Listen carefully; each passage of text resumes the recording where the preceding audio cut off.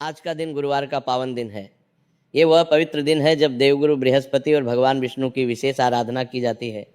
सूर्योदय से पूर्व ही जब आसमान में पहली लालिमा फैलनी शुरू होती है, भक्तों के घरों में श्री हरि विष्णु के मंगल गीत गूंजने लगते हैं। घर घर में तांबे और पीतल के दीपक प्रज्वलित किए जाते हैं, जिनकी लौ में घी की सुगंध फैलती है। मंदिरों की घंटियां मधुर नाद करने लगती हैं, जिनकी आवाज दूर दूर तक सुनाई देती है। वातावरण में केसर और चंदन की दिव्य सुगंध फैल जाती है, जो मन को शांत और प्रसन्न कर देती है। घर की स्त्रियां अपने आंगनों को रंगोली से सजाती हैं, पीले फूलों की माला बनाती हैं और भगवान विष्णु के लिए विशेष प्रसाद तैयार करती हैं। केले के वृक्ष की जड़ों में जल चढ़ाया जाता है, उसके तने पर हल्दी और कुमकुम का तिलक लगाया जाता है और पीले वस्त्र धारण किए जाते हैं। पूरा वातावरण भक्ति और श्रद्धा से सराबोर हो जाता है। आज हम आपके सामने देवगुरु बृहस्पति और भगवान विष्णु की एक ऐसी अलौकिक कथा प्रस्तुत कर रहे हैं, जिसे सुनने मात्र से जीवन के सभी कष्ट दूर हो जाते हैं और घर में धन धान्य की वृद्धि होती है। ये कथा केवल एक साधारण कहानी नहीं है, बल्कि गुरु की महिमा और भगवान विष्णु की अपार करुणा का जीवंत प्रमाण है। ये कथा सदियों से पीढ़ी दर पीढ़ी सुनाई और सुनी जाती रही है। हमारे पूर्वजों ने इस पवित्र कथा को बड़े संजो कर अपने हृदय में रखा और अपनी संतानों को प्रेम और श्रद्धा के साथ सुनाया। इस प्रकार यह दिव्य कथा युगों युगों से चली आ रही है। जो भी व्यक्ति पूर्ण श्रद्धा और विश्वास के साथ इस कथा को सुनता है या सुनाता है, उसके जीवन में अद्भुत परिवर्तन आता है। उसके सारे संकट दूर हो जाते हैं, धन की वृद्धि होती है, रुके हुए काम पूर्ण होते हैं, संतान सुख मिलता है और मन में अद्भुत प्रसन्नता का अनुभव होता है। तो आइए श्रद्धा से सिर झुकाते हुए, हाथ जोड़ते हुए और ओम नमो भगवते वासुदेवाय का पवित्र उच्चारण करते हुए इस पवित्र कथा की शुरुआत करते हैं। बहुत समय पहले की बात है। अवंतिका नगरी में, जो आज उज्जैन के नाम से जानी जाती है, वहाँ एक समृद्ध व्यापारी परिवार रहता था। अवंतिका उस समय भारतवर्ष के सबसे महत्वपूर्ण नगरों में से एक थी। नगरी क्षिप्रा नदी के पावन तट पर बसी हुई थी, जिसका जल इतना पवित्र माना जाता था कि दूर दूर से यात्री और तीर्थ यात्री स्नान करने आते थे। कहा जाता था कि इस नदी में स्नान करने से सभी पाप धुल जाते हैं। नगरी की गलियां चौड़ी और सुव्यवस्थित थी। चौराहों पर भव्य मंदिर स्थापित थे, जिनमें से महाकाल का मंदिर सबसे प्रसिद्ध और भव्य था। उस मंदिर की ऊंची शिखर दूर से ही दिखाई देती थी। नगरी के बाजार में रेशम, मसाले, आभूषण और विभिन्न प्रकार की दुर्लभ वस्तुओं की दुकानें सजी रहती थी। व्यापारी दूर दूर के देशों, पारस, यवन, चीन और लंका से यहाँ व्यापार करने आते थे। नगरी के मध्य में एक विशाल राजप्रासाद था, जो अपनी अद्भुत स्थापत्य कला के लिए विख्यात था। राजप्रासाद की ऊंची मीनारें दूर से ही सूर्य की किरणों में चमकती दिखाई देती थीं। नगरी के चारों ओर सुदृढ़ प्राचीरें थीं, जो शत्रुओं से रक्षा करती थीं, और चारों दिशाओं में विशाल द्वार बने हुए थे। इसी नगरी में क्षिप्रा नदी से कुछ दूरी पर एक विशाल भवन था। यह भवन सेठ धनंजय का था, जो नगरी के सबसे धनी और प्रभावशाली व्यापारियों में से एक थे। भवन 3 मंजिला था और उसकी संरचना अत्यंत भव्य और कलात्मक थी। भवन के मुख्य प्रवेश द्वार पर लकड़ी की बारीक और सुंदर नक्काशी की गई थी, जिसमें हाथी, घोड़े और विभिन्न देवी देवताओं के चित्र उकेरे गए थे। द्वार के दोनों ओर पत्थर के शेर की मूर्तियां स्थापित थी। द्वार पर सदैव 2 लंबे कद के पहरेदार भाला लेकर खड़े रहते थे, जो किसी अनजान व्यक्ति को अंदर नहीं जाने देते थे। भवन के अंदर प्रवेश करते ही एक विशाल और खुला प्रांगण था, जहां संगमरमर का एक सुंदर फव्वारा लगा हुआ था, जिसमें से निरंतर मधुर संगीत की ध्वनि के साथ जल की धाराएं निकलती रहती थी। प्रांगण के चारों ओर ऊंचे ऊंचे स्तंभ थे, जिन पर रामायण और महाभारत के दृश्यों की सुंदर चित्रकारी की गई थी। भवन में अनेक विशाल कक्ष थे। हर कक्ष बहुत बड़ा और बहुमूल्य वस्तुओं से सुसज्जित था। दीवारों पर विदेशों से लाए गए कीमती चित्र और दर्पण टंगे हुए थे। फर्श पर टाइलें लगी हुई थीं, जो इतनी चमकदार थीं कि उनमें स्पष्ट प्रतिबिंब दिखाई देता था। भवन के एक कोने में एक छोटा सा पूजा गृह भी था, जहां विभिन्न देवी देवताओं की मूर्तियां विराजमान थीं, लेकिन उन पर धूल की मोटी परत जमी हुई थी, क्योंकि वहां कोई नहीं जाता था। परिवार के मुखिया का नाम था सेठ धनंजय। धनंजय लगभग 55 वर्ष का था। उसका शरीर स्थूल और भारी था, क्योंकि वह प्रतिदिन बहुत अच्छा और पौष्टिक खाना खाता था। उसका चेहरा गोल और चौड़ा था और आंखें छोटी छोटी थीं, जिनमें हमेशा चालाकी की चमक रहती थी। उसके गले में सोने की मोटी मोटी मालाएं सदैव पड़ी रहती थी, जो चलते समय खनखनाती थीं। उसकी दोनों उंगलियों में हीरे और माणिक जड़े हुए भारी अंगूठियां चमकती रहती थीं। वह हमेशा कीमती रेशमी वस्त्र पहनता था, जो विदेशों से मंगवाए जाते थे। उसकी आवाज़ बहुत तेज और कठोर थी। जब वह बोलता था तो उसके शब्द तीर की तरह चुभते थे और नौकर चाकर सब भयभीत होकर कांपने लगते थे। धनंजय एक बहुत ही धनी और सफल व्यापारी था। लेकिन बहुत कंजूस और कठोर हृदय का था। उसके पास सोने चांदी से भरे अनेक भंडार थे, जिनमें स्वर्ण मुद्राएं, चांदी की ईंटें और बहुमूल्य रत्न रखे हुए थे। उसके विशाल गोदामों में अनाज के ऊंचे ऊंचे ढेर लगे रहते थे, गेहूं, चावल, दाल, तेल, सब कुछ। उसके पास हीरे जवाहरात की अनगिनत पेटियां थीं, जिन्हें वो अपने तहखाने में छुपा कर रखता था। वह दूर दूर के देशों से व्यापार करता था। उसके बड़े बड़े जहाज समुद्र पार जाते थे और कीमती सामान, मोती, रेशम, सुगंधित लकड़ियां, मसाले और दुर्लभ वस्तुएं लाते थे। उसके पास नगरी में अनेक दुकानें और व्यापारिक प्रतिष्ठान थे। उसके अधीन सैकड़ों छोटे व्यापारी काम करते थे, जो उसे नियमित रूप से लाभ का हिस्सा देते थे। नगरी में उसका बहुत प्रभाव और दबदबा था। राजा भी उसकी बात ध्यान से सुनते थे, क्योंकि राजकोष में भी उसका बहुत बड़ा योगदान रहता था। लेकिन धनंजय का हृदय पत्थर की तरह कठोर और निर्दयी था। उसे केवल धन और संपत्ति से प्रेम था। वह दिन रात बस अपनी संपत्ति बढ़ाने की योजनाएं बनाने में लगा रहता था। वह प्रत्येक दिन परिवार उनकी कोशिश से सौदे में अधिकतम लाभ कमाना चाहता था और इसके लिए कोई भी हथकंडा अपनाने को तैयार रहता था। अगर किसी ने उससे पैसे उधार लिए होते तो वो बहुत ज्यादा ब्याज वसूलता था। कभी कभी तो मूल राशि से भी अधिक समय पर पैसे न लौटाने पर वह निर्दयता पूर्वक लोगों की जमीन जायदाद, घर और खेत सब छीन लेता था। कई गरीब परिवार उसके इस निर्मम व्यवहार के कारण पूरी तरह से बर्बाद हो गए थे और सड़कों पर भीख मांगने को मजबूर हो गए थे। अगर कोई गरीब उसके विशाल द्वार पर भीख मांगने आता तो वो अपने नौकरों को तुरंत बुलाता और गुस्से से कहता कि इसे यहाँ से दूर भगा दो। वो कहता था कि मैंने अपनी कड़ी मेहनत से धन कमाया है, मैं किसी को मुफ्त में क्यों दूं? ये गरीब लोग आलसी होते हैं, इसलिए गरीब हैं। अगर मेहनत करते तो अमीर हो जाते। कभी कभी तो वो गरीबों को बहुत अपमानित भी कर देता था और कहता था कि ये ढोंगी हैं, बहाने बनाकर हमारा धन हड़पना चाहते हैं। धनंजय को धर्म कर्म में बिल्कुल भी विश्वास नहीं था। वह कभी मंदिरों में नहीं जाता था। पूजा पाठ को वह पूरी तरह से समय की बर्बादी मानता था। वह अक्सर कहता था कि ये ईश्वर वगैरह कुछ नहीं होता, यह सब गरीबों और कमजोर लोगों के लिए बनाई गई कहानियां हैं जो उन्हें अपनी गरीबी में संतुष्ट रखती हैं। असली शक्ति केवल धन में है। जिसके पास धन है वही सब कुछ कर सकता है। ईश्वर की पूजा करने से क्या होगा? धन कमाओ और आराम से जियो। अगर कोई साधु संत या धार्मिक व्यक्ति उससे धर्म की बात करता तो वो उसका खुलेआम मजाक उड़ाता था और कहता था कि ये सब ढोंगी हैं जो खुद कुछ नहीं कर सकते, इसलिए दूसरों के घर का खाते हैं। धनंजय की पत्नी का नाम सुमित्रा था। सुमित्रा लगभग 50 वर्ष की थी। उसका चेहरा सुंदर था, लेकिन हमेशा गहरी उदासी से ढका रहता था। उसकी बड़ी बड़ी आंखों में एक ऐसी गहरी उदासी और पीड़ा थी जो कभी दूर नहीं होती थी। वह सुंदर रेशमी साड़ियाँ और कीमती सोने चांदी के आभूषण पहनती थी, लेकिन इन सब के बावजूद उसके चेहरे पर कोई खुशी या प्रसन्नता नहीं थी। वह अक्सर अपने कक्ष में अकेली बैठी रहती थी और अपने भाग्य पर रोती रहती थी। उसकी आंखें अक्सर नम रहती थीं और चेहरे पर आंसुओं के निशान दिखाई देते थे। सुमित्रा एक बहुत ही सरल, कोमल और दयालु हृदय की महिला थी। उसे गरीबों और दुखियारों पर बहुत दया आती थी। जब भी कोई भिखारी द्वार पर आता और उसके पति के नौकर उसे बेरहमी से भगाते तो उसका दिल करुणा से रो पड़ता। उसकी आत्मा तड़प उठती थी। वह बहुत चाहती थी कि वह उन गरीबों की मदद करे, उन्हें भोजन दे, वस्त्र दे, लेकिन उसके पति की सख्ती और क्रूरता के कारण वह कुछ नहीं कर पाती थी। कभी कभी जब उसका पति घर पर नहीं होता तो वो चुपके से रसोई से कुछ रोटी या खाना निकालकर गरीबों को दे देती थी। लेकिन अगर उसके पति को किसी तरह पता चल जाता तो वो बहुत गुस्सा होता था और उसे बुरा भला कहता था। सुमित्रा बहुत धार्मिक विचारों की थी और उसे भगवान विष्णु में अटूट आस्था थी। वह मन ही मन हर समय भगवान को याद करती रहती थी।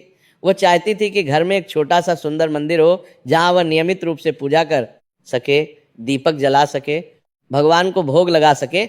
लेकिन उसके पति ने साफ साफ मना कर दिया था। उसने कहा था कि मेरे घर में कोई मंदिर नहीं बनेगा, ये सब पाखंड और ढोंग है। इसलिए सुमित्रा चुपके से अपने कक्ष में एक छोटी सी भगवान विष्णु की सुंदर मूर्ति रखती थी जो उसकी स्वर्गीय माता ने उसे शादी के समय दी थी और कहा था कि बेटी ये तुम्हारी रक्षा करेगी। वह रोज सुबह सूर्योदय से पहले उठकर स्नान करती और उस मूर्ति के सामने एक छोटा सा दीपक जलाती। वह तुलसी के पत्ते चढ़ाती और मन ही मन बहुत भावुक होकर प्रार्थना करती कि हे भगवान विष्णु, हे जगत के पालनहार, मेरे परिवार की रक्षा करना, मेरे पति के कठोर हृदय में दया का भाव लाना, उनकी आंखों को खोलना, मेरे बच्चों को सही राह दिखाना। हे प्रभु, मुझे शक्ति देना कि मैं इन कठिन परिस्थितियों में भी धर्म का पालन कर सकूं। धनंजय और सुमित्रा के 2 पुत्र थे। बड़े पुत्र का नाम था मदनलाल। मदनलाल 30 वर्ष का युवक था। वह देखने में बहुत सुंदर था, गोरा रंग, लंबा कद, सुडौल शरीर, लेकिन उसके चेहरे पर घमंड और अहंकार स्पष्ट दिखाई देता था। उसकी आंखों में एक अजीब सी क्रूरता और निर्दयता थी। वह हमेशा सबसे कीमती कपड़े पहनता था और बहुत सज धज कर रहता था। उसके लंबे बाल हमेशा तेल से चिकने रहते थे। उसके हाथों में सोने की मोटी चूड़ियां होती थीं और गले में बड़े बड़े मोतियों की कीमती माला होती थी। वो बहुत अभिमानी था और हमेशा दूसरों को नीचा दिखाने की कोशिश करता था। मदन लाल पूरी तरह से अपने पिता की तरह ही कठोर और कंजूस था। उसे भी केवल धन और संपत्ति से प्यार था। वह भी अपने पिता के व्यापार में सक्रिय रूप से हाथ बंटाता था। वो भी गरीबों से बहुत बुरा और अपमानजनक व्यवहार करता था। वो अपने नौकरों को बहुत कम वेतन देता था और उनसे दिन रात बहुत काम करवाता था। अगर कोई नौकर थोड़ी सी भी गलती कर देता तो वह उसे बहुत बेरहमी से मारता पीटता था। नगरी के लोग उससे बहुत डरते थे और उसका नाम सुनते ही सहम जाते थे। वो अक्सर अपने मित्रों के साथ जुआ खेलता था और मदिरा पीता था। उसके कई बुरे साथी थे जो उसे और अधिक बिगाड़ते थे। उसकी माता सुमित्रा उसे बहुत प्यारा थे, उसे समझाने की कोशिश करती थी, लेकिन वो अपनी माता की बात नहीं सुनता था और कहता था कि माँ, आप पुराने विचारों की हैं, ये नया जमाना है। छोटे पुत्र का नाम था देवदास। देवदास 25 वर्ष का था। उसका चेहरा कोमल, शांत और तेजस्वी था। उसकी बड़ी बड़ी आंखों में एक दिव्य निर्मलता और पवित्रता थी। उसकी मुस्कान बहुत मधुर और स्नेहपूर्ण थी, जो देखने वालों के दिल को छू जाती थी। वह सादे और स्वच्छ कपड़े पहनता था और किसी भी प्रकार के दिखावे में विश्वास नहीं करता था। उसके माथे पर हमेशा चंदन का सुंदर तिलक लगा रहता था। जब वह चलता था तो उसकी चाल में एक अद्भुत सहजता और विनम्रता थी। उसके व्यक्तित्व में एक दिव्य आभा थी। देवदास अपने पिता और भाई से बिल्कुल विपरीत था। उसका हृदय बहुत कोमल, दयालु और करुणा से भरा हुआ था। वो गरीबों को देखकर बहुत दुखी हो जाता और उनकी पीड़ा को महसूस करता था। वो हमेशा दूसरों की मदद करना चाहता था। अगर कोई भूखा दिखता तो वो तुरंत अपना खाना भी उसे दे देता, भले ही खुद भूखा रह जाए। अगर किसी को कपड़े की जरूरत होती तो वो अपने कपड़े भी बिना सोचे दे देता। वो बीमारों की तन मन से सेवा करता था, उनके लिए दवा लाता था। वह बुजुर्गों का बहुत सम्मान करता था और उनके चरण छूता था। नगरी के गरीब लोग उसे साक्षात देवता के समान मानते थे। वे उसे हृदय से आशीर्वाद देते थे और कहते थे कि तुम जैसे सज्जन पुरुष इस धरती पर बहुत कम है। देवदास को अपनी माता की तरह भगवान विष्णु में बहुत गहरी और अटूट आस्था थी।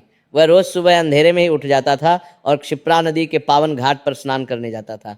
नदी का ठंडा जल उसे बहुत शांति देता था। फिर वह भीगे हुए वस्त्रों में ही नगरी के प्रसिद्ध विष्णु मंदिर में जाता था और वहां घंटों पूजा अर्चना करता था। वह मंदिर के प्रांगण में झाड़ू लगाता, दीपक जलाता, ताजे फूल चढ़ाता और भगवान की मूर्ति के सामने बैठकर गहरा ध्यान करता था। पूजा के समय देवदास की तन्मयता और भक्ति देखने लायक होती थी। उसका पूरा चेहरा एक दिव्य आभा से चमक उठता था। उसकी आंखें बंद हो जाती और होठों पर मधुर मुस्कान आ जाती थी। वह कहता था, हे भगवान नारायण, हे जगन्नाथ, आप इस सबके पालनहार हैं, आप इस जगत के स्वामी हैं। मुझे केवल आपकी शरण है, मुझे कुछ नहीं चाहिए। बस इतनी कृपा कीजिए कि मैं सदा जीवन भर आपकी सेवा करता रहूं। मेरे परिवार पर आपकी दया और कृपा सदा बनी रहे। धनंजय को अपने बड़े बेटे मदन लाल पर बहुत गर्व था। वो गर्व से कहता था कि मदन लाल हूबहू मेरे जैसा है। वो व्यापार में बहुत चतुर और होशियार है। वो जानता है कि कैसे पैसा कमाना है। वो मेरे बाद निश्चित रूप से मेरे पूरे व्यापार को संभालेगा और आगे बढ़ाएगा। वो मदन लाल को हमेशा अपने साथ सभी महत्वपूर्ण व्यापारिक बैठकों में ले जाता था। वो उसे व्यापार के सभी गुर और तरीके सिखाता था। वो कहता था कि देखो बेटा, व्यापार में हमेशा अपना फायदा सबसे पहले देखना चाहिए। दूसरों की भावनाओं की परवाह बिल्कुल मत करो। जो कमजोर है, जो मुसीबत में है, उसका भरपूर फायदा उठाओ। यही सफलता का मंत्र है। लेकिन छोटे बेटे देवदास को वह बिल्कुल बेकार और नालायक समझता था। वह अक्सर गुस्से में कहता था कि देवदास एक पूरा नालायक और निकम्मा है। वह दिन भर बस मंदिरों में घूमता रहता है। उसे व्यापार में कोई रुचि या समझ नहीं है। वह हमारा कीमती समय बर्बाद करता है और सबसे बुरी बात यह है कि वो गरीबों को हमारा मेहनत का धन मुफ्त में बांटता रहता है। ऐसे तो हम एक दिन कंगाल हो जाएंगे। ये मूर्ख लड़का कभी अपने जीवन में कुछ नहीं करता है, उससे भी को गरीबात करेली जो पाएगा। वह अक्सर देवदास को बहुत बुरा भला कहता था और अपमानित करता था। वह गुस्से से कहता था कि तू अपना ये भजन कीर्तन और पूजा पाठ बंद कर और आकर व्यापार सीख, नहीं तो तू भी सड़क पर भीख मांगेगा। सुमित्रा अपने पति की ये कठोर बातें सुनकर बहुत दुखी और व्यथित होती, लेकिन डर के मारे वह कुछ कह नहीं पाती थी। वो मन ही मन रोती रहती थी। वो देवदास को चुपके से एक कोने में बुलाती और बहुत प्यार से समझाती कि बेटा तू बिल्कुल परेशान मत हो, तेरे पिता को अभी समझ नहीं आ रही है, भगवान तुझे हर पल देख रहे हैं। तेरी सच्ची भक्ति कभी व्यर्थ नहीं जाएगी। तू अपना धर्म का रास्ता मत छोड़, जो सही है वही करता रह, एक दिन सब ठीक हो जाएगा। देवदास अपनी माता को बहुत प्यार और सम्मान करता था। वो उनके चरण छूकर कहता था, माता जी आप चिंता बिल्कुल न करें, मुझे किसी चीज की चिंता नहीं। भगवान विष्णु हर क्षण मेरे साथ हैं, वे सब ठीक कर देंगे, मेरा उन पर पूरा विश्वास है। एक दिन की बात है, नगरी में भयंकर और विनाशकारी अकाल पड़ा। कई कई महीनों से बारिश नहीं हुई थी। आसमान में बादल का नामो निशान नहीं था। नदियां धीरे धीरे सूखने लगी थी। कुएं और बावड़ियां सूख गए थे। खेतों में फसलें पूरी तरह से नष्ट हो गईं। किसान रो रो कर अपने सूखे खेतों को देखते थे। पेड़ों के पत्ते पीले पड़कर झड़ने लगे। चारों ओर केवल सूखी और बंजर जमीन दिखाई देने लगी। किसानों के पास खाने के लिए अनाज नहीं बचा था। गरीब लोग भूख और प्यास से तड़प कर मरने लगे। बाजारों में अनाज की कीमतें आसमान छूने लगीं। जो पहले 1 रुपये में मिलता था वह 10 रुपये में भी मिलना मुश्किल हो गया। गरीब लोग रो रो कर भगवान से प्रार्थना करने लगे कि हे प्रभु हम पर दया करो। मंदिरों में दिन रात विशेष पूजा अर्चना की जाने लगी। लोग बारिश के लिए बड़े बड़े यज्ञ करने लगे, लेकिन बारिश फिर भी नहीं हुई। नगरी में चारों ओर हाहाकार मच गया। रोज कई लोग भूख और प्यास से तड़प कर मर रहे थे। सड़कों पर भूखे बच्चे रो रहे थे और पानी पानी चिल्ला रहे थे। माताएं अपने नन्हे बच्चों को खिलाने के लिए कुछ भी नहीं पा रही थीं और अपने बच्चों को सीने से लगाकर रो रही थीं। बूढ़े और बीमार लोग बिना किसी मदद के तड़प तड़प कर मर रहे थे।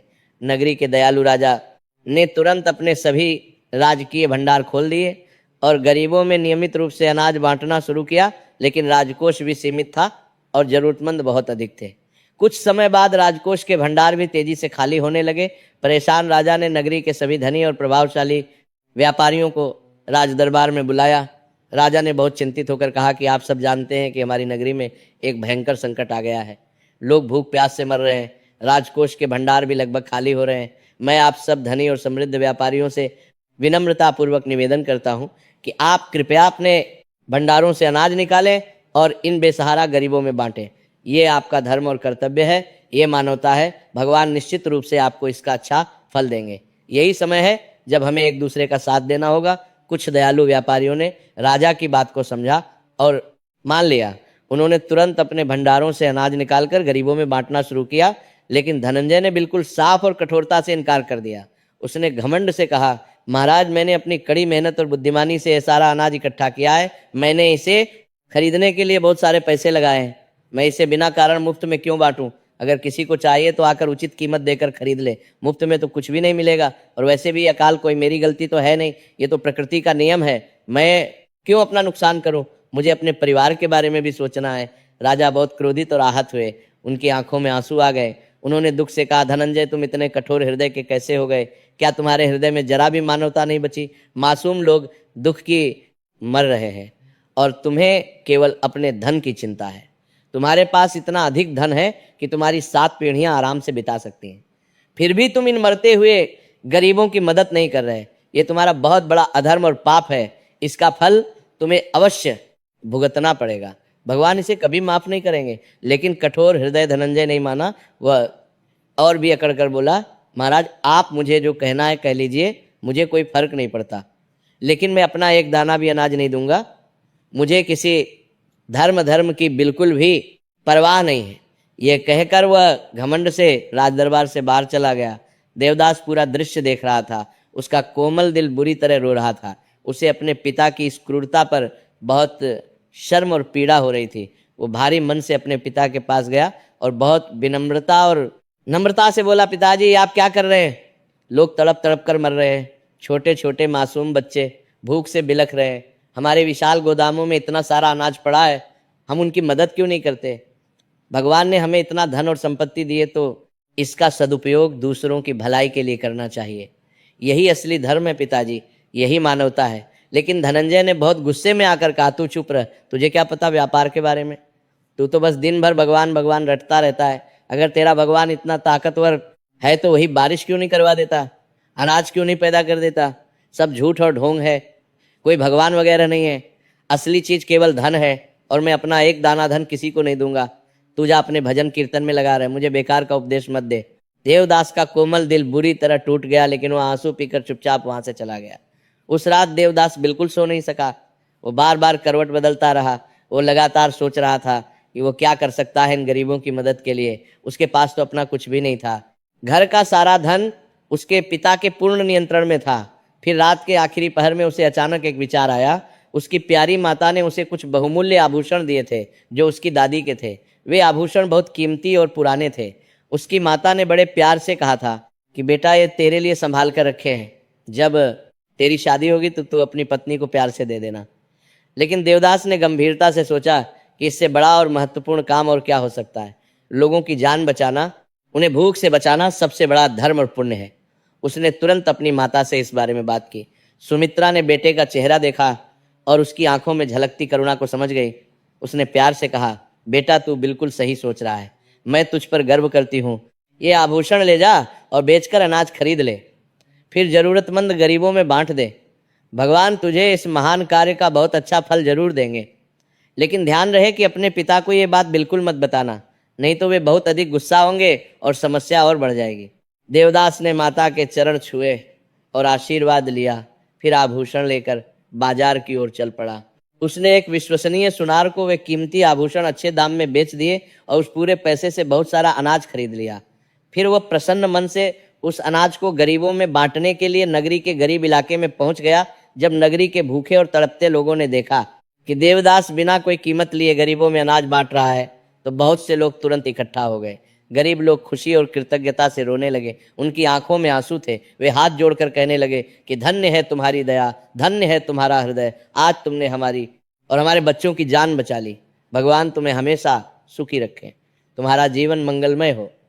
देवदास ने विनम्रता से हाथ जोड़कर कहा, नहीं नहीं, ये सब भगवान विष्णु की महान कृपा है, उन्हीं का धन्यवाद करो और प्रार्थना करो। मैं तो केवल उनका एक छोटा सा सेवक हूँ, उन्होंने मुझसे ये काम करवाया है। लेकिन जरूरतमंद लोग बहुत अधिक थे और अनाज सीमित था, इसलिए वो जल्दी ही खत्म हो गया। देवदास का कोमल दिल फिर से भारी हो गया। कुछ और दिन बीत गए, अकाल और भी भयंकर रूप लेता गया। अब तो पीने का पानी भी बहुत दुर्लभ हो गया था। लोग पानी की एक एक बूंद के लिए तरस रहे थे। लोग पानी के लिए कई मीलों दूर जाते थे। पवित्र क्षिप्रा नदी भी लगभग सूख चुकी थी। केवल थोड़ा सा गंदा पानी किसी तरह बह रहा था। नगरी में चारों ओर मौत का भयानक साया मंडरा रहा था। मंदिरों में दिन रात घंटे बज रहे थे। पुजारी रो रो कर भगवान से प्रार्थना कर रहे थे। लेकिन आसमान एकदम साफ था और बादल का नामो निशान नहीं था। एक दिन शाम को देवदास मंदिर के गर्भगृह में भगवान विष्णु की मूर्ति के सामने बैठा हुआ बहुत भावुक होकर प्रार्थना कर रहा था। उसकी आंखों से लगातार आंसू बह रहे थे जो उसके गालों पर लुढ़क रहे थे। उसका गला भर आया था। वो टूटे हुए स्वर में कह रहा था, हे भगवान विष्णु, हे दीन बंधु, हे कृपालु प्रभु, आप तो इस पूरे जगत के पालनहार हैं। आप तो गरीबों और असहायों के रक्षक हैं। कृपया इन निर्दोष और बेसहारा गरीबों पर दया कीजिए। ये मासूम लोग, ये छोटे छोटे बच्चे क्यों इतना कष्ट झेल रहे हैं, क्यों मर रहे हैं? माताएं अपने बच्चों को बचा नहीं पा रही हैं। कृपया बारिश भेजिए, कृपया इस भयानक अकाल को दूर कीजिए। मैं आपसे हाथ जोड़कर सिर झुकाकर विनती करता हूँ प्रभु। वह देर तक रोता रहा और मन से प्रार्थना करता रहा। उस रात देवदास ने पूरी रात जागकर भगवान विष्णु का जाप किया। उसने कठोर व्रत रखा और पूरी रात विष्णु सहस्त्रनाम का पवित्र पाठ किया। उसकी आवाज भावनाओं से कांप रही थी। वह मंदिर के सामने बैठा रहा। उसने अनेक दीपक जलाए जिनकी रोशनी पूरे मंदिर को रोशन कर रही थी। उसने तुलसी के ताजे पत्ते चढ़ाए। उसने पूरी श्रद्धा और एकाग्रता से प्रार्थना की। सुबह होते होते गहरी थकान के कारण वह वहीं भगवान विष्णु की पावन मूर्ति के सामने गहरी नींद में सो गया। तभी देवदास को एक अद्भुत और दिव्य स्वप्न आया। स्वप्न में उसने देखा कि उसके चारों ओर अचानक एक अलौकिक दिव्य प्रकाश फैल गया है। यह प्रकाश स्वर्णिम था और बहुत शांतिदायक और मनमोहक था। उस तेज प्रकाश के बीच में स्वयं भगवान विष्णु साक्षात दिव्य रूप में विराजमान है। उनका रूप अत्यंत मनोहर, सुंदर और दिव्य था, जिसे शब्दों में वर्णन करना असंभव है। उनकी 4 भुजाएं थीं। एक हाथ में दिव्य शंख था जिससे ओंकार की ध्वनि निकल रही थी। दूसरे में सुदर्शन चक्र चमक रहा था। तीसरे में गदा थी और चौथे में सुंदर कमल का पुष्प था। उनका वर्ण नीला श्याम था और उनके पूरे शरीर से अद्भुत दिव्य प्रकाश निकल रहा था जो सूर्य से भी अधिक तेजस्वी था। उनके मस्तक पर एक सुंदर स्वर्ण मुकुट था जिसमें अनगिनत रत्न जड़े हुए थे जो चमक रहे थे। उनके गले में प्रसिद्ध कौस्तुभ मणि चमक रही थी। उनके वक्ष पर श्रीवत्स का पवित्र चिन्ह था। उनके चेहरे पर एक अत्यंत मधुर और करुणामयी मुस्कान थी। उनकी बड़ी बड़ी आंखें करुणा और प्रेम से भरी हुई थी। उनके पास देवी लक्ष्मी भी विराजमान थी। जो अत्यंत सुंदर और कोमल थीं। उनके हाथों में कमल था और वे भगवान विष्णु की सेवा में खड़ी थी। भगवान विष्णु ने अपनी अत्यंत मधुर और हृदय स्पर्शी वाणी में कहा, उठो मेरे प्रिय भक्त देवदास, उठो वत्स, मैं तुम्हारी सच्ची भक्ति और निस्वार्थ करुणा से अत्यंत प्रसन्न हूँ। तुम्हारा हृदय बहुत पवित्र और निर्मल है। तुमने दूसरों के दुख को अपना दुख माना। तुमने बिना किसी स्वार्थ के गरीबों की सेवा की। तुमने अपना सब कुछ दूसरों के लिए न्यौछावर कर दिया। यही सच्ची भक्ति है वत्स। भक्ति केवल मंदिर में बैठकर पूजा करना या माला जपना नहीं है। सच्ची भक्ति है दूसरों की निस्वार्थ सेवा करना, उनके दुख को दूर करना, बिना किसी अपेक्षा के प्रेम करना। तुमने यही किया है। तुमने मुझे प्रसन्न कर दिया। देवदास पूरी तरह से अवाक और स्तब्ध रह गया। उसे विश्वास ही नहीं हो रहा था कि स्वयं भगवान विष्णु साक्षात उसके सामने खड़े हैं और उससे बात कर रहे हैं। उसने कांपते हुए हाथ आदर से जोड़कर और आंखों में आंसू भरकर कहा, प्रभु, यह आपकी महान कृपा और करुणा है। मैं तो आपका एक तुच्छ और नगण्य दास हूँ। मैंने तो कुछ भी नहीं किया। जो कुछ भी है वो आपकी कृपा से है। मैं तो बस इतना चाहता हूँ कि इन बेसहारा गरीबों का दुख दूर हो जाए।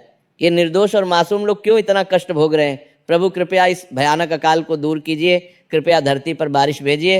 इन लोगों को बचा लीजिए प्रभु। भगवान विष्णु करुणा से मुस्कुराए और धीरे से बोले, बेटा, ये अकाल केवल प्राकृतिक नहीं है। ये मनुष्यों के बुरे कर्मों और पापों का परिणाम है। जब धरती पर अधर्म बढ़ जाता है, जब लोग स्वार्थी और कठोर हृदय के हो जाते हैं, जब धनी लोग गरीबों की मदद नहीं करते और केवल अपने बारे में सोचते हैं, जब लोग धर्म को भूल जाते हैं और पाप करने लगते हैं, तो प्रकृति असंतुलित हो जाती है। तुम्हारे पिता और भाई जैसे स्वार्थी और कठोर लोगों के कारण ये अकाल आया है। उनके पास इतना अधिक धन है, लेकिन वे मरते हुए गरीबों की मदद नहीं करते। वे केवल अपने बारे दंदाल की अकाल धन की में सोचते हैं। लेकिन तुम चिंता बिल्कुल मत करो बेटा, मैं अवश्य इस अकाल को दूर करूंगा, लेकिन इसके लिए तुम्हें कुछ महत्वपूर्ण काम करना होगा। देवदास ने तुरंत उत्सुकता और उत्साह से पूछा, प्रभु आप बताइए, मैं कुछ भी करने को तैयार हूँ। मैं अपनी जान को लेकर हैं। मैं अपनी जान से प्रभु मैं बान करने थे। देवदास ने इन तरुणी के लिए, देवदास को मैं जान तर भी खुशी से दे सकता हूँ अगर इससे इन बेसहारा गरीबों का भला हो। आप जो भी आज्ञा देंगे मैं पूरी श्रद्धा से वो करूँगा। भगवान विष्णु ने गंभीरता से कहा, सुनो बेटा, कल गुरुवार का पवित्र दिन है। ये मेरा विशेष दिन है। तुम सुबह सूर्योदय से पहले उठकर पवित्र स्नान करो, फिर कठोर व्रत रखो। पूरे दिन कुछ भी अन्न मत खाओ, केवल फल और शुद्ध जल ग्रहण करो। पीले रंग के पवित्र वस्त्र धारण करो। पूरे मन से मेरी पूजा करो। चने की दाल और गुड़ का प्रसाद बनाओ। केले के वृक्ष की विधि पूर्वक पूजा करो। फिर शाम को जब सूर्य अस्त होने लगे तो नगरी के पूर्वी द्वार के पास जो विशाल बरगद का प्राचीन वृक्ष है वहां जाओ। वहां तुम्हें एक साधु मिलेंगे। उनके चरण विनम्रता पूर्वक छुओ और उन्हें बड़े आदर से अपने घर भोजन के लिए ले आओ। उन्हें प्रेम से भोजन कराओ और यथाशक्ति दक्षिणा दो। बाकी सब मैं स्वयं संभाल लूंगा। ये कहकर भगवान विष्णु ने अपना हाथ उठाकर आशीर्वाद दिया और धीरे धीरे अदृश्य हो गए। प्रकाश भी धीरे धीरे कम होता गया। देवदास की अचानक नींद टूट गई और आंखें खुल गईं। वो एकदम से चौंक कर उठ बैठा। उसका पूरा शरीर रोमांचित था। उसका हृदय आनंद और उत्साह से भर गया। उसे स्वप्न की हर बात बिल्कुल स्पष्ट रूप से याद थी। वह तुरंत उठा और प्रसन्नता से घर की ओर दौड़ा। उसने घर पहुंचकर अपनी माता सुमित्रा को पूरी बात विस्तार से बताई। सुमित्रा की आंखों में खुशी और कृतज्ञता के आंसू आ गए। उसने हाथ जोड़कर ऊपर देखा और कहा, हे भगवान विष्णु, आपकी महान कृपा है। फिर उसने देवदास से कहा, बेटा, ये तो हमारा बहुत बड़ा सौभाग्य है। भगवान विष्णु ने तुझे साक्षात दर्शन दी। अब निश्चित रूप से सब कुछ ठीक हो जाएगा। चल हम तुरंत तैयारी करते हैं। अगले दिन गुरुवार की पवित्र सुबह देवदास बहुत जल्दी अंधेरे में ही उठ गया। उसने पवित्र क्षिप्रा नदी में स्नान किया। पानी कम था और ठंडा था, लेकिन उसने पूरी श्रद्धा और भक्ति से स्नान किया। उसने स्वच्छ पीले रंग के वस्त्र धारण किए। फिर उसकी माता सुमित्रा ने बड़े प्रेम और श्रद्धा से चने की दाल और गुड़ का स्वादिष्ट प्रसाद बनाया। उन्होंने आंगन में केले के वृक्ष की जड़ों में गंगा जल चढ़ाया और विधि पूर्वक पूजा की। देवदास ने बहुत श्रद्धा और एकाग्रता से भगवान विष्णु की पूजा की। उसने पूरे मंदिर को ताजे सुगंधित फूलों से सजाया। तुलसी के पवित्र पत्ते चढ़ाए, घी के दीपक जलाए, सुगंधित धूप लगाई, विष्णु सहस्त्रनाम का पवित्र पाठ किया। पूरे दिन उसने कठोर व्रत रखा, केवल थोड़े से फल खाए और शुद्ध जल पिया। उसका मन पूरी तरह से भगवान विष्णु में लगा हुआ था।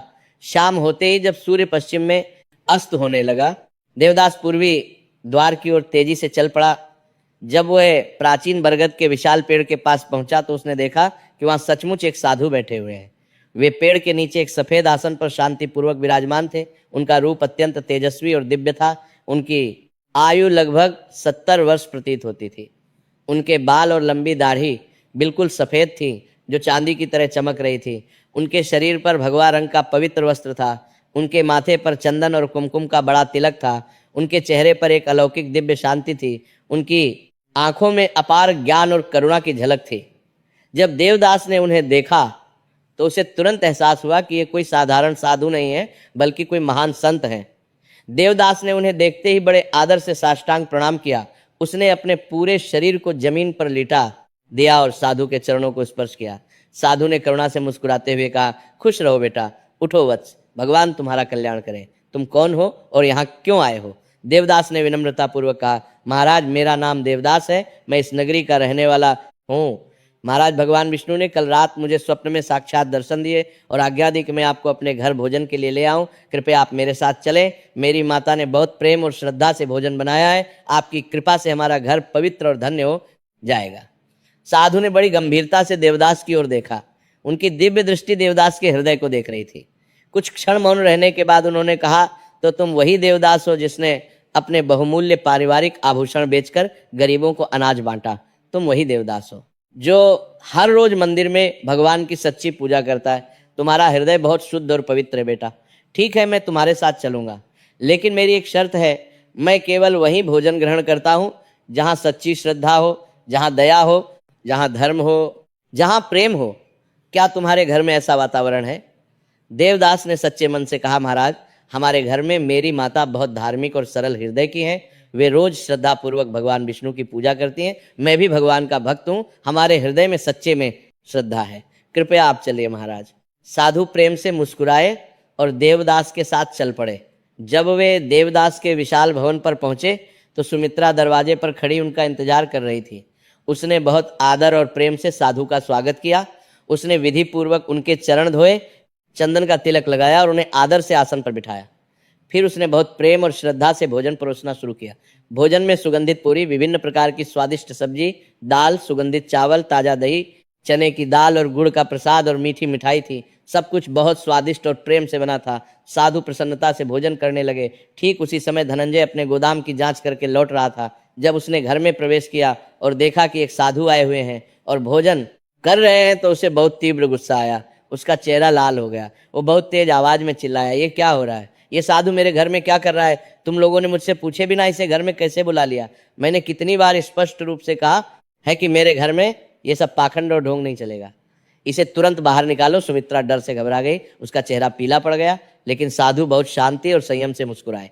उनके चेहरे पर कोई क्रोध या परेशानी नहीं थी। उन्होंने धनंजय की ओर प्रेम से देखा और बहुत मधुरता से कहा, आओ सेठ जी, आइए बैठिए। धनंजय ने घमंड से कहा, मुझे नहीं बैठना।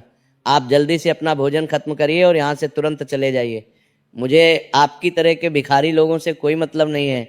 आप लोग बस दूसरों के घर का मुफ्त में खाते हैं और खुद कुछ नहीं करते। साधु ने बड़ी शांति से कहा, सेठ जी आप इतने क्रोधित क्यों हैं? क्या हुआ आपको? क्या कोई समस्या है? धनंजय ने कटु व्यंग्य से कहा, समस्या? मुझे कोई समस्या नहीं है महाराज। मेरे पास ढेर सारा धन है। मैं बहुत खुश और संतुष्ट हूँ। आप अपना काम कीजिए और जल्दी से यहाँ से चले जाइए। साधु ने गंभीरता और करुणा से कहा, सेठ जी धन से सब कुछ नहीं मिलता। धन केवल बाहरी सुख देता है जो अस्थायी है।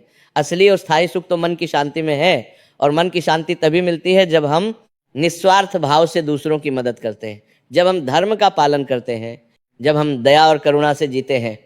आपके पास इतना अधिक धन है, लेकिन क्या आप सचमुच में खुश हैं? धनंजय ने बहुत गुस्से से कहा, बकवास मत कीजिए महाराज, मैं बहुत खुश हूँ। मुझे आपके इन उपदेशों की बिल्कुल भी जरूरत नहीं है। आप बस यहाँ से चले जाइए। साधु ने शांति और धैर्य से कहा, ठीक है सेठ जी, मैं अभी चला जाऊंगा, लेकिन जाने से पहले मैं आपसे एक महत्वपूर्ण प्रश्न पूछना चाहता हूँ। क्या आप ईमानदारी से उत्तर देंगे? धनंजय ने अनिच्छा से कहा, पूछिए जो पूछना है। साधु ने गंभीरता से पूछा, बताइए सेठ जी, मनुष्य जीवन का वास्तविक उद्देश्य क्या है? हम इस धरती पर क्यों आए हैं? केवल धन इकट्ठा करने के लिए। और जब हम मर जाएंगे तो ये सारा धन किसका होगा? क्या ये धन हमारे साथ जाएगा स्वर्ग में? धनंजय पल भर के लिए चुप हो गया। उसके पास इस सीधे प्रश्न का कोई उत्तर नहीं था। साधु ने आगे समझाते हुए कहा, सेठ जी, धन तो केवल इस नश्वर जीवन के लिए है। जब हम मरेंगे तो ये सब यही रह जाएगा। हमारे साथ केवल हमारे अच्छे और बुरे कर्म जाएंगे। अगर हमने अच्छे कर्म किए, दूसरों की निस्वार्थ मदद की, धर्म का पालन किया तो हमें सुगति और मोक्ष मिलेगी। और अगर हमने बुरे कर्म किए, दूसरों को कष्ट दिया, स्वार्थी रहे तो हमें दुर्गति और नरक मिलेगा। ये शाश्वत सत्य है। धनंजय ने कहा, ये सब कोरी बातें और झूठ है। कोई पुनर्जन्म नहीं होता, कोई स्वर्ग नरक नहीं है। ये सब गरीबों को बहलाने के लिए बनाई गई कहानियां हैं। असली चीज यही जीवन है, और इस जीवन में जितना हो सके उतना धन कमाना चाहिए। यही बुद्धिमानी है। साधु ने धैर्य से कहा, अच्छा, तो आप पुनर्जन्म में विश्वास नहीं करते, आप धर्म कर्म में विश्वास नहीं करते, तो फिर आप ये बताइए कि इस भयंकर अकाल का कारण क्या है? ये प्राकृतिक आपदा अचानक क्यों आई? क्या ये केवल संयोग है? धनंजय ने लापरवाही से कहा, हाँ, ये केवल संयोग है। प्रकृति का स्वाभाविक नियम है, कभी बारिश होती है, कभी नहीं होती। इसमें कोई रहस्य नहीं है। साधु ने दृढ़ता से कहा, नहीं सेठ जी, ये केवल संयोग नहीं है। जब धरती पर अधर्म बढ़ जाता है तो प्रकृति असंतुलित हो जाती है। जब धनी लोग मरते हुए गरीबों की मदद नहीं करते तो देवता नाराज हो जाते हैं। आप जैसे स्वार्थी और कठोर हृदय लोगों के कारण ही यह अकाल आया है। आपके विशाल गोदामों में इतना अनाज सड़ रहा है, लेकिन आप गरीबों को एक मुट्ठी अनाज नहीं दे रहे। लोग तड़प तड़प कर मर रहे हैं और आप अपने धन की गिनती कर रहे हैं। ये बहुत बड़ा पाप है सेठ जी, और इस पाप का फल आपको अवश्य भुगतना पड़ेगा। धनंजय को बहुत अधिक गुस्सा आया, उसकी आंखें लाल हो गईं। उसने चिल्लाकर कहा, बस बहुत हो गया, आप अभी तुरंत यहाँ से चले जाइए। मुझे आपके उपदेश बिल्कुल नहीं चाहिए, निकल जाइए मेरे घर से। अभी साधु ने शांति और करुणा से कहा, ठीक है सेठ जी, मैं जा रहा हूँ, लेकिन याद रखिए, जीवन में सब कुछ बदलता रहता है, कुछ भी स्थायी नहीं है। आज आप बहुत धनवान हैं, कल क्या होगा ये कोई नहीं जानता। अहंकार और लोभ मनुष्य के सबसे बड़े और खतरनाक शत्रु हैं। ये उसे पूरी तरह से नष्ट कर देते हैं। आपके पास अभी भी समय है, अपने आप को सुधार लीजिए, गरीबों की मदद कीजिए, धर्म का पालन कीजिए, नहीं तो बहुत देर हो जाएगी और फिर पछताना पड़ेगा। यह गंभीर बात कहकर साधु धीरे से उठ खड़े हुए। देवदास और सुमित्रा ने श्रद्धा पूर्वक उनके चरण छुए। साधु ने उन दोनों को प्रेम से आशीर्वाद दिया और कहा, तुम दोनों धन्य हो, तुम्हारी भक्ति बहुत सच्ची है। भगवान विष्णु हमेशा तुम्हारी रक्षा करेंगे, तुम्हारा कल्याण होगा। ये कहकर साधु शांतिपूर्वक घर से बाहर चले गए। जैसे ही साधु घर के मुख्य द्वार से बाहर निकले, अचानक आसमान में काले बादल तेजी से छाने लगे। कुछ ही मिनटों में बहुत घने काले बादल पूरे आसमान पर छा गए। बिजली तेजी से चमकने लगी, बादल जोर जोर से गरजने लगे और फिर अचानक बहुत तेज मूसलाधार बारिश शुरू हो गई। पानी की बूंदें इतनी तेज और मोटी थी कि धरती पर टकराकर जोर की आवाज कर रही थी। नगरी के लोग एकदम से चौंक गए। कई महीनों बाद बारिश हो रही थी। लोग खुशी से अपने घरों से बाहर निकल आए। बच्चे खुशी से उछलने और नाचने लगे। महिलाएं अपने आंगन में खड़ी होकर हाथ फैलाकर बारिश में भीगने लगीं। किसान खुशी से रोते हुए अपने सूखे खेतों की ओर दौड़े। सब लोग खुशी से चिल्लाने लगे, भगवान की जय। मंदिरों में जोर जोर से घंटियां बजाई जाने लगीं। लोग कृतज्ञता से भगवान का धन्यवाद करने लगे। पूरी नगरी में खुशी और उत्साह की लहर दौड़ गई। बारिश 3 दिन और 3 रात तक लगातार होती रही। नदियां फिर से पानी से लबालब भर गईं। कुओं और बावड़ियों में पानी आ गया। तालाब और झीलें पानी से भर गईं। धरती फिर से हरी भरी होने लगी। पेड़ों में नए कोमल पत्ते आने लगे। रंग बिरंगे फूल खिलने लगे। किसानों ने बड़ी उम्मीद से फिर से बीज बोना शुरू किया। पूरी प्रकृति फिर से जीवंत और खुशहाल हो उठी। भयंकर अकाल पूरी तरह से समाप्त हो गया था। नगरी में फिर से जीवन और खुशहाली लौट आई थी। लेकिन देवदास के घर में अब कुछ और ही होने वाला था। बारिश के तीसरे दिन जब बारिश कुछ कम हुई तो धनंजय अपने गोदाम की जांच करने गया। जब उसने भारी ताला खोलकर गोदाम का दरवाजा खोला तो वह देखकर पूरी तरह से हैरान और सदमे में रह गया। उसका पूरा अनाज, गेहूं, चावल, दाल सब कुछ पूरी तरह से सड़ गया था। बारिश का पानी किसी रहस्यमय तरीके से गोदाम में घुस गया था और सारा कीमती अनाज भीग गया था। अब वो अनाज किसी भी काम का नहीं रहा था। धनंजय का सिर घूम गया, उसे चक्कर आने लगा। उसके लाखों रुपये का भारी नुकसान हो गया था।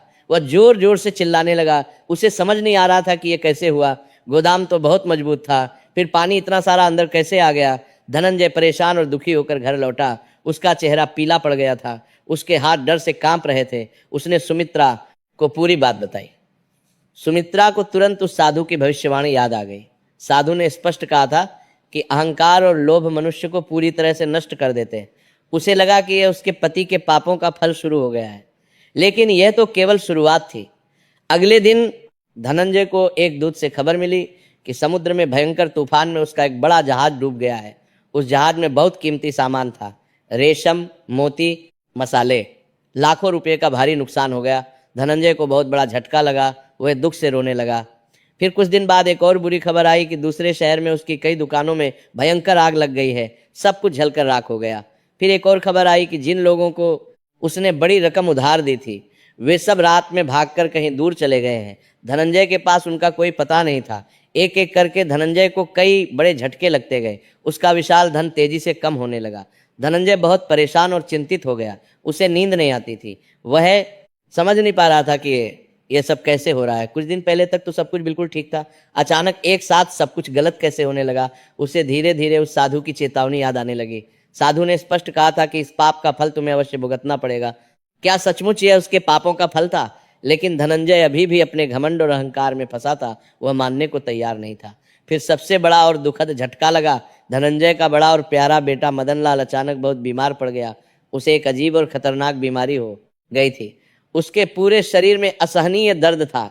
उसे बहुत तेज बुखार था जो उतरता ही नहीं था। वो बिस्तर से उठ नहीं पा रहा था। नगरी के सभी प्रसिद्ध वैद्यों को बुलाया गया, दूर दूर से बड़े बड़े हकीमों और चिकित्सकों को बुलाया गया, लेकिन किसी का कोई फायदा नहीं हुआ। सभी दवाएं बेअसर थीं। मदनलाल की हालत दिन पर दिन और बिगड़ती जा रही थी। वह दर्द से करा रहा था, उसका शरीर सूखता जा रहा था।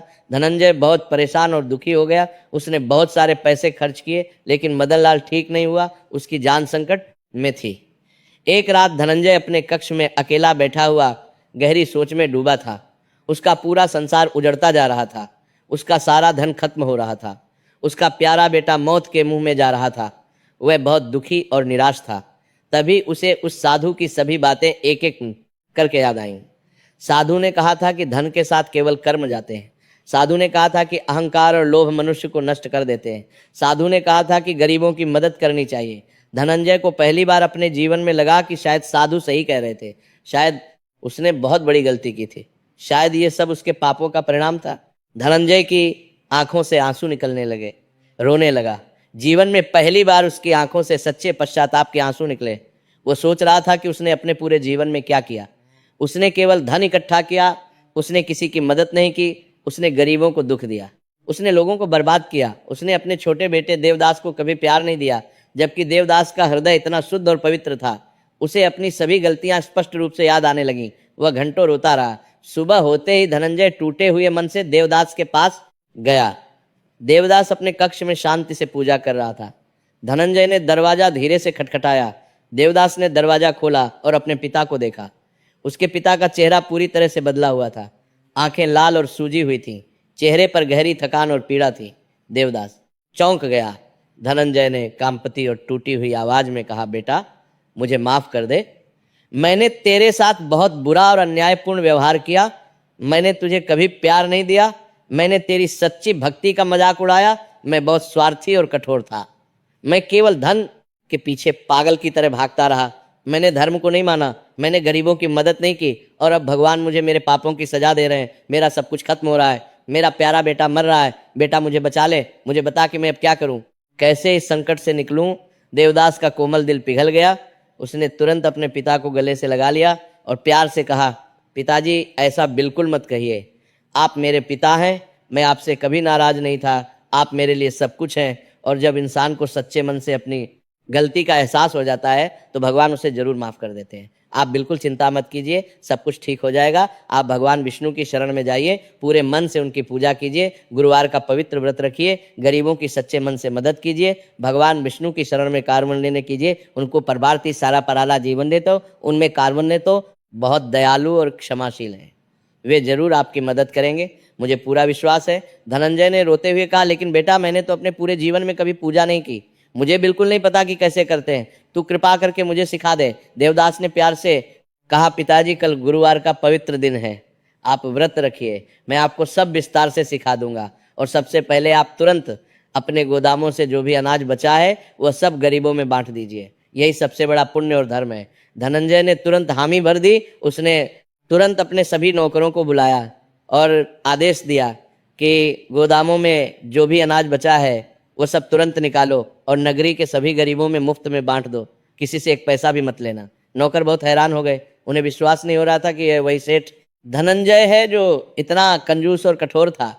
लेकिन उन्होंने खुशी से आदेश का पालन किया। जब नगरी के लोगों को पता चला कि सेठ धनंजय खुद गरीबों में मुफ्त में अनाज बांट रहे हैं तो सब बहुत हैरान रह गए। ये तो चमत्कार था। बहुत से जरूरतमंद लोग इकट्ठा हो गए। धनंजय खुद वहाँ विनम्रता से खड़े होकर अपने हाथों से हर एक गरीब को अनाज बांट रहे थे। वह हर गरीब से बहुत विनम्रता और प्रेम से बात कर रहे थे। वह रो रो कर कह रहे थे कि मुझे माफ़ करो भाई, मैंने तुम सब लोगों के साथ बहुत बुरा और क्रूर व्यवहार किया। आज मुझे अपनी गलती का गहरा एहसास हुआ है, कृपया मुझे माफ़ कर दो। गरीब लोग भावुक होकर हो पड़े। उन्होंने हाथ जोड़कर कहा कि सेठ जी आप बहुत अच्छे हैं, भगवान आपको हमेशा सुखी रखें, आपका कल्याण हो। अगले दिन पवित्र गुरुवार था। धनंजय ने अपने जीवन में पहली बार व्रत रखा। उसने सुबह पवित्र क्षिप्रा नदी में स्नान किया। पानी बहुत ठंडा था लेकिन उसे बहुत अच्छा और शुद्ध लगा। ऐसा लगा जैसे उसके सभी पाप और बुराइयां धुल रही हैं। उसने स्वच्छ पीले वस्त्र धारण किए। फिर देवदास ने बड़े प्यार से उसे भगवान विष्णु की पूजा सिखाई। धनंजय ने पहली बार अपने पूरे जीवन में भगवान की मूर्ति के सामने हाथ जोड़े। उसकी आंखों से लगातार आंसू बह रहे थे। वह भावुक होकर कह रहा था, हे भगवान विष्णु, हे दयालु प्रभु, मैं बहुत बड़ा पापी और अधर्मी हूँ। मैंने बहुत सारी गलतियाँ और पाप किए हैं, कृपया मुझे माफ़ कर दीजिए, मेरे बेटे को बचा लीजिए। मैं सच्चे दिल से वादा करता हूँ कि अब मैं पूरी तरह से बदल जाऊँगा। मैं गरीबों की सेवा करूँगा, मैं धर्म का पालन करूँगा, कृपया मुझ पर दया कीजिए प्रभु। पूरे दिन धनंजय ने कठोर व्रत रखा। उसने केवल थोड़े से फल खाए। शाम को उसने श्रद्धापूर्वक चने की दाल और गुड़ का प्रसाद खाया। उसे जीवन में पहली बार ऐसी गहरी शांति महसूस हुई। उस रात धनंजय को एक दिव्य स्वप्न आया। स्वप्न में उसने देखा कि वही साधु फिर से प्रकट हुए हैं, लेकिन इस बार उनका रूप पूरी तरह से बदल गया था। वे साधु नहीं थे बल्कि स्वयं भगवान विष्णु थे। उनका दिव्य और अलौकिक रूप था। 4 भुजाएं थीं, शंख, चक्र, गदा और कमल थे। भगवान विष्णु ने करुणा से मुस्कुराते हुए कहा, धनंजय, तुम्हें आखिरकार अपनी गलती का सच्चा एहसास हो गया। ये बहुत बड़ी और महत्वपूर्ण बात है। जब मनुष्य को अपनी गलती का एहसास होता है और वह सच्चे मन से पश्चाताप करता है तो मैं उसे अवश्य माफ कर देता हूँ। मैं बहुत दयालु हूँ। तुमने गरीबों में अनाज बांटा, तुमने व्रत रखा, तुमने श्रद्धा से मेरी पूजा की, मैं तुमसे बहुत प्रसन्न हूँ। अब तुम्हारे बुरे दिन जल्द ही खत्म हो जाएंगे, तुम्हारा बेटा पूरी तरह से ठीक हो जाएगा। लेकिन याद रखना कि अब तुम्हें अपना पूरा जीवन बदलना होगा। हर गुरुवार को नियमित व्रत रखना, श्रद्धा से मेरी पूजा करना, गरीबों और जरूरतमंदों की मदद करना, दया और करुणा से रहना, ईमानदारी से धर्म का पालन करना। अगर तुम ये सब करोगे तो तुम्हारा जीवन सुखमय और समृद्ध होगा। धनंजय ने रोते हुए कहा, प्रभु, मैं सच्चे दिल से वादा करता हूँ, अब मैं अपना पूरा जीवन बदल दूंगा। मैं आपका सच्चा भक्त बनूंगा। मैं गरीबों की निस्वार्थ सेवा करूंगा। कृपा बनाए रखिए प्रभु। भगवान विष्णु ने प्रेम से आशीर्वाद दिया और धीरे धीरे अदृश्य हो गए। सुबह होते ही धनंजय की नींद खुली। उसे स्वप्न बिल्कुल स्पष्ट रूप से याद था। उसका हृदय आनंद और आशा से भर गया। वह तुरंत मदन लाल के कक्ष में दौड़ता हुआ गया। वहां पहुंचकर उसने आश्चर्य से देखा कि मदन लाल बिस्तर पर उठकर बैठा हुआ है। उसका बुखार पूरी तरह से उतर गया था। वो बिल्कुल स्वस्थ और तरोताजा दिख रहा था। धनंजय की खुशी का कोई ठिकाना नहीं रहा। उसने खुशी से मदन लाल को गले से लगा लिया। मदन लाल ने मुस्कुराते हुए कहा, पिताजी, मुझे बहुत अच्छा लग रहा है, मैं पूरी तरह से ठीक हूँ। ये सच में एक चमत्कार था। धनंजय ने तुरंत पूरे परिवार को इकट्ठा किया और अपना दिव्य स्वप्न सबको सुनाया। सब लोग भावुक होकर भगवान विष्णु की जय जयकार करने लगे। सुमित्रा और देवदास की आंखों में खुशी और कृतज्ञता के आंसू थे। उनकी लंबी प्रार्थना आखिरकार पूरी हुई थी। धनंजय ने मदन लाल की ओर मुड़कर गंभीरता से कहा, बेटा, हम दोनों ने अपने जीवन में बहुत बड़ी गलतियां की हैं। हमने गरीबों के साथ बहुत बुरा और क्रूर व्यवहार किया। हमने धर्म को नहीं माना। हमने केवल धन के पीछे भागे। लेकिन दयालु भगवान ने हमें एक और अनमोल मौका दिया है। अब हमें अपना पूरा जीवन बदलना होगा। क्या तू मेरा साथ देगा? मदन लाल ने सच्चे मन से कहा, हाँ पिताजी, मैं भी पूरी तरह से बदलूंगा। मैंने भी बहुत गलतियां और पाप किए हैं। अब मैं भी भगवान विष्णु का सच्चा भक्त बनूंगा। मैं भी गरीबों की मदद करूंगा। मैंने मृत्यु को बहुत करीब से देखा है। अब मुझे जीवन का असली मूल्य समझ आ गया है।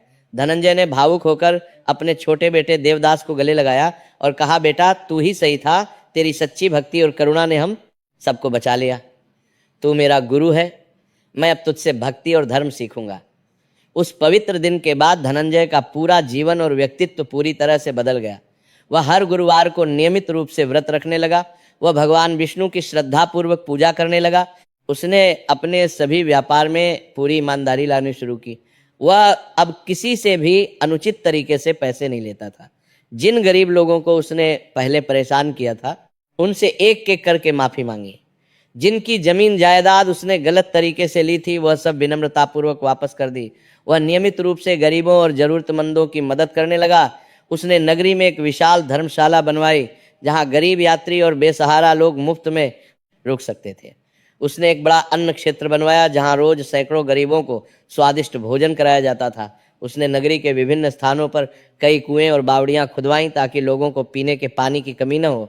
उसने एक विशाल और भव्य विष्णु मंदिर बनवाया, जहां हर गुरुवार को विशेष पूजा और कथा होती थी। धीरे धीरे धनंजय का खोया हुआ धन फिर से तेजी से बढ़ने लगा, लेकिन इस बार वह धन का सही और उचित उपयोग करता था। वह अपने और अपने परिवार के लिए केवल उतना ही रखता था जितना आवश्यक था। बाकी सब कुछ गरीबों की मदद और धार्मिक कार्यों में खर्च करता था। उसके व्यापार में अद्भुत बरकत होने लगी। जो जहाज समुद्र में डूब गया था, उसका बहुमूल्य सामान किसी चमत्कार से बच गया और वापस मिल गया। जो लोग पैसे लेकर भाग गए थे, उनमें से कई लौट आए और पूरे ब्याज सहित पैसे वापस किए। धनंजय की प्रसिद्धि और सम्मान फिर से बढ़ने लगा, लेकिन इस बार यह प्रसिद्धि उसकी दया, करुणा और सच्ची भक्ति के कारण थी, न कि धन के कारण। मदन लाल भी अपने पिता की तरह पूरी तरह से बदल गया। वह भी नियमित रूप से अपने पिता और भाई देवदास के साथ गरीबों की सेवा करने लगा। वह भी हर गुरुवार को व्रत रखने लगा और मंदिर जाने लगा। उसने अपने सभी बुरे साथियों को छोड़ दिया। उसने जुआ खेलना और मदिरा पीना पूरी तरह से छोड़ दिया। वह एक सज्जन और अच्छा इंसान बन गया। उसने भी गरीबों के प्रति दया और करुणा का भाव विकसित किया। देवदास की खुशी और संतोष का कोई पार नहीं था। उसका पूरा परिवार आखिरकार बदल गया था।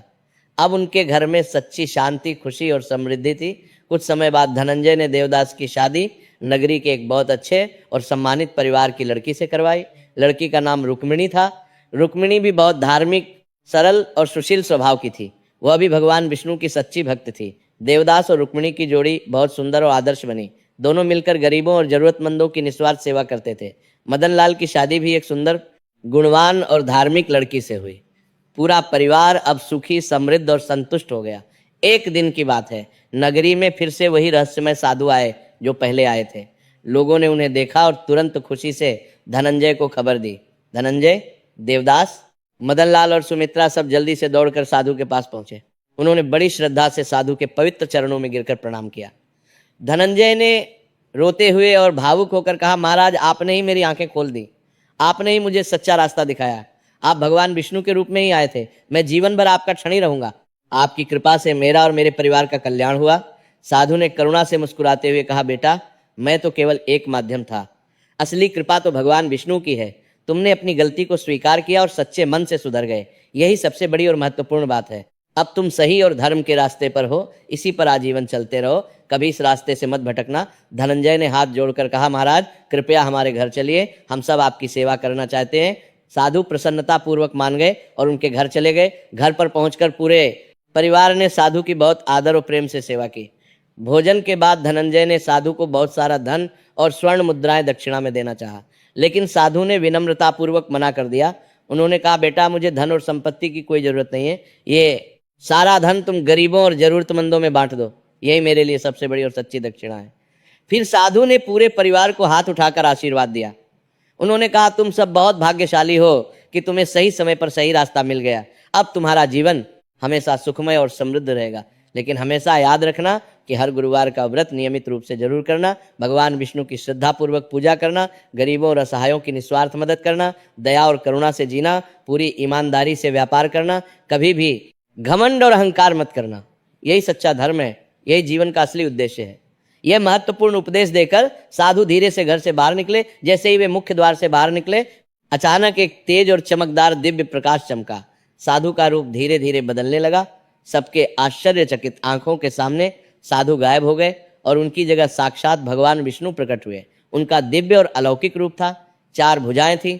एक हाथ में शंख, दूसरे में चक्र, तीसरे में गदा और चौथे में सुंदर कमल था। माता लक्ष्मी भी उनके साथ दिव्य रूप में विराजमान थीं। पूरा वातावरण दिव्य प्रकाश से जगमगा उठा। दिव्य और मनमोहक सुगंध चारों ओर फैल गई। आसमान से सुगंधित फूलों की वर्षा होने लगी। धनंजय और पूरा परिवार तुरंत साष्टांग प्रणाम करके जमीन पर गिर गया। वे सब भावुक होकर रो रहे थे। इतना बड़ा और दुर्लभ सौभाग्य उन्हें मिला था। भगवान विष्णु ने करुणा से आशीर्वाद देते हुए अपनी मधुर दिव्य वाणी में कहा, धनंजय, सुमित्रा, देवदास, मदनलाल, तुम सब धन्य हो। तुम्हारी भक्ति सच्ची और निष्कपट है। तुम्हारा पश्चाताप सच्चा था। तुमने अपने जीवन को पूरी तरह से बदल दिया। मैं तुम सबसे बहुत प्रसन्न हूँ। अब तुम्हारे जीवन में कभी कोई कष्ट या संकट नहीं आएगा। तुम्हारा धन हमेशा बढ़ता रहेगा। तुम्हारी संतानें सुखी, स्वस्थ और समृद्ध रहेंगी। तुम्हारा यश चारों दिशाओं में फैलेगा। लेकिन हमेशा याद रखना कि ये सब तुम्हें इसलिए मिला है क्योंकि तुमने अपने जीवन को बदल लिया। तुमने गरीबों की सच्चे मन से सेवा की। तुमने धर्म का पालन किया। इसी पवित्र रास्ते पर आजीवन चलते रहो। और हाँ, हर गुरुवार को मेरा व्रत अवश्य करना। यह व्रत बहुत पवित्र और शुभ है। जो भी श्रद्धापूर्वक इस व्रत को करता है उसके सभी कष्ट दूर हो जाते हैं। उसके घर में धन धान्य की वृद्धि होती है। उसकी सभी मनोकामनाएं पूर्ण होती हैं। उसे मेरी विशेष कृपा प्राप्त होती है। ये आशीर्वाद और उपदेश देकर भगवान विष्णु धीरे धीरे अदृश्य होने लगे। दिव्य प्रकाश भी धीरे धीरे कम होने लगा। लेकिन पूरे घर और आंगन में दिव्य सुगंध कई कई दिनों तक बनी रही। धनंजय और उसके परिवार ने इस अद्भुत दृश्य को कभी नहीं भूला। ये उनके जीवन का सबसे महत्वपूर्ण और पवित्र क्षण था। उन्होंने जीवन भर हर गुरुवार को नियमित व्रत रखा। उन्होंने हमेशा गरीबों और जरूरतमंदों की मदद की। उन्होंने सदैव धर्म का पालन किया और सत्य के रास्ते पर चले। धनंजय की अद्भुत कहानी धीरे धीरे पूरी नगरी में फैल गई।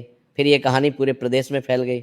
लोग दूर दूर से धनंजय से मिलने और उनसे सीखने आने लगे। सब लोग उनसे गुरुवार व्रत की विधि और महत्व सीखने आते थे। धनंजय बहुत प्रेम और धैर्य से सबको समझाते थे। उन्होंने एक बड़ा और भव्य सत्संग आयोजन शुरू किया जहां हर गुरुवार को भगवान विष्णु की पवित्र कथा सुनाई जाती थी। हजारों लोग वहां नियमित रूप से आते थे। वहां गरीबों को मुफ्त में स्वादिष्ट भोजन दिया जाता था। बीमारों का निःशुल्क इलाज किया जाता था। जरूरतमंदों की हर संभव मदद की जाती थी। देवदास पूरे मन से अपने पिता का साथ देता था। वह भी लोगों को भगवान विष्णु की महिमा और भक्ति का महत्व बताता था। उसकी सच्ची भक्ति और निर्मल चरित्र देखकर लोग बहुत प्रभावित होते थे। मदनलाल भी अब एक आदर्श और अच्छा इंसान बन गया था। वह भी नियमित रूप से गरीबों की सेवा में लगा रहता था। सुमित्रा बहुत खुश और संतुष्ट थी। उसकी लंबी प्रार्थना आखिरकार पूरी हुई थी। उसका पूरा परिवार अब भगवान का सच्चा भक्त था। घर में शांति, प्रेम और समृद्धि थी। कुछ समय बाद देवदास और रुक्मिणी को एक सुंदर और स्वस्थ पुत्र हुआ। उन्होंने उसका नाम हरिदास रखा, जिसका अर्थ है भगवान हरि का दास। हरिदास बचपन से ही बहुत भक्तिमय और धार्मिक था। वह अपने पिता देवदास की तरह भगवान विष्णु का सच्चा भक्त था। मदनलाल को भी 2 सुंदर और गुणवान पुत्र हुए। पूरा परिवार धीरे धीरे बढ़ता गया और सुखी रहा। धनंजय ने अपने सभी पोतों को भी बड़े प्यार से गुरुवार व्रत की महिमा और विधि बताई। उन्हें भगवान विष्णु की अनेक कथाएं और उपदेश सुनाए। इस तरह ये पवित्र परंपरा पीढ़ी दर पीढ़ी आगे चलती रही। एक बार नगरी में एक गरीब विधवा रहती थी। उसका नाम गंगा था। गंगा के 2 छोटे मासूम बच्चे थे। उसका पति कुछ साल पहले गंभीर बीमारी से मर गया था। अब गंगा अकेली अपने बच्चों का पालन पोषण करने के लिए संघर्ष कर रही थी। वह धनी लोगों के घरों में मेहनत मजदूरी करती थी, लेकिन उसे इतने पैसे नहीं मिलते थे कि वो अपने बच्चों को ठीक से खिला सके। वो बहुत परेशान और दुखी रहती थी। उसके भूखे बच्चे अक्सर रोते हुए सो जाते थे। एक दिन गंगा धनंजय के विशाल भवन में काम करने गई। वहां उसने देखा कि बहुत सारे लोग इकट्ठा हैं और भजन कीर्तन हो रहा है। आज गुरुवार था और धनंजय के घर में विशेष पूजा और कथा हो रही थी। गंगा ने जिज्ञासा से देवदास से पूछा कि ये सब क्या हो रहा है। देवदास ने उसे बड़े प्यार से पूरी गुरुवार व्रत की कथा और धनंजय के जीवन परिवर्तन की कहानी सुनाई। गंगा ने बहुत ध्यान से सब सुना। उसके दुखी मन में आशा की एक किरण जगी। उसने सोचा कि शायद दयालु भगवान विष्णु मेरी और मेरे बच्चों की भी मदद करें। गंगा ने अगले गुरुवार से श्रद्धापूर्वक व्रत रखना शुरू किया। उसके पास पूजा के लिए ज़्यादा सामान नहीं था, लेकिन उसने जो भी था उससे पूरे मन से पूजा की। उसने एक छोटा सा मिट्टी का दीपक जलाया, थोड़े से चावल के दाने चढ़ाए और पूरी श्रद्धा और विश्वास से प्रार्थना की। उसने रोते हुए कहा, हे भगवान विष्णु, हे दीन बंधु, मैं बहुत गरीब और असहाय हूँ। मेरे पास आपको चढ़ाने के लिए कुछ भी नहीं है, लेकिन मेरे दिल में आपके लिए बहुत श्रद्धा है। कृपया मेरी मदद कीजिए, मेरे छोटे बच्चे भूखे हैं, कृपया उन्हें रोटी दीजिए। गंगा हर गुरुवार को नियमित व्रत रखने लगी। वो धनंजय के घर जाती और वहाँ की कथा बड़े ध्यान से सुनती। वो मंदिर जाती और भगवान विष्णु की सच्चे मन से पूजा करती। धीरे धीरे उसके कठिन जीवन में अच्छे बदलाव आने लगे। एक दिन नगरी के एक धनी और सम्मानित व्यापारी की पत्नी ने गंगा को काम करते हुए देखा। वह जात गंगा की ईमानदारी, मेहनत और सरल स्वभाव से बहुत प्रभावित हुई। उसने तुरंत गंगा को अपने घर में स्थायी नौकरी दे दी और पहले से बहुत अच्छा वेतन भी दिया। अब गंगा के पास पर्याप्त पैसे होने लगे। वो अपने बच्चों को अच्छा पौष्टिक खाना खिला सकती थी। उसके बच्चों को नए कपड़े मिलने लगे। कुछ समय बाद उस दयालु धनी व्यापारी की पत्नी ने गंगा की छोटी बेटी को अपनी बेटी की तरह बड़े प्यार से पाला। उसने गंगा की बेटी को पढ़ना लिखना सिखाया और अच्छी शिक्षा दी। गंगा के बेटे को भी पाठशाला में शिक्षा मिली। धीरे धीरे गंगा की पाठशाला में शिक्षा मिली। बाद सीम कातर में का जीवन सुधरता गया और बेहतर होता गया। गंगा ने कभी भी गुरुवार का व्रत नहीं छोड़ा। वो हमेशा श्रद्धा से भगवान विष्णु की पूजा करती रही। उसके बच्चे बड़े होकर अच्छे संस्कारी और सफल इंसान बने। गंगा की प्रेरणादायक कहानी भी लोगों को प्रेरणा देती है रही। इस तरह गुरुवार व्रत की महिमा और भगवान विष्णु की कृपा पूरे नगर में फैल गई। हजारों लोगों ने श्रद्धापूर्वक गुरुवार का व्रत रखना शुरू किया। सबके जीवन में अद्भुत सुधार आने लगा। जिनके घर में समस्याएं और कलह थीं वे दूर होने लगीं। जिनके पास धन नहीं था उन्हें धन मिलने लगा। जो बीमार थे वे स्वस्थ होने लगे। जिनके बच्चे नहीं थे उन्हें संतान सुख मिला। सब लोग कृतज्ञता से भगवान विष्णु की जय जयकार करने लगे। मंदिरों में नियमित रूप से भजन कीर्तन होने लगे। धनंजय जीवन भर नियमित रूप से गुरुवार का व्रत रखता रहा। उसने अपने जीवन के अंतिम क्षणों तक गरीबों और जरूरतमंदों की निस्वार्थ सेवा की। जब उसका अंतिम समय आया तो वह बहुत शांति और संतोष से भगवान विष्णु का पवित्र नाम लेता हुआ स्वर्ग सिधार गया। लोगों ने कहा कि धनंजय को निश्चित रूप से मोक्ष मिल गया, क्योंकि उसने अपने सभी पापों का सच्चे मन से प्रायश्चित किया और जीवन भर धर्म का पालन किया। उसके बाद देवदास ने परिवार और व्यापार की पूरी जिम्मेदारी संभाली। उसने भी अपने पिता की तरह हमेशा धर्म का पालन किया और गरीबों की सेवा की। यह पवित्र और प्रेरणादायक कथा आज भी लोगों को बड़े प्रेम से सुनाई जाती है।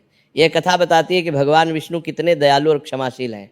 वे हर भक्त की सुनते हैं, चाहे वो अमीर हो या गरीब, पढ़ा लिखा हो या अनपढ़, ऊंची जाति का हो या नीची जाति का। अगर उसकी भक्ति सच्ची और निष्कपट है तो भगवान जरूर उसकी मदद करते हैं। ये कथा ये भी महत्वपूर्ण शिक्षा देती है कि अहंकार, घमंड और लोभ मनुष्य के सबसे बड़े और खतरनाक शत्रु हैं। जब मनुष्य अहंकारी हो जाता है तो उसका पतन निश्चित है। लेकिन अगर वह विनम्रता पूर्वक अपनी गलती मान ले और सच्चे मन से पश्चाताप करे तो दयालु भगवान उसे अवश्य माफ कर देते हैं और उसे नया जीवन देते हैं। ये पवित्र कथा यह भी बताती है कि गुरुवार का व्रत बहुत पवित्र, शुभ और फलदायी है। जो भी व्यक्ति पूर्ण श्रद्धा और विश्वास से गुरुवार का व्रत रखता है, भगवान विष्णु की सच्चे मन से पूजा करता है, गरीबों और जरूरतमंदों की निस्वार्थ मदद करता है, उसके सभी कष्ट और संकट दूर हो जाते हैं। उसके घर में सुख समृद्धि और धन धान्य की वृद्धि होती है।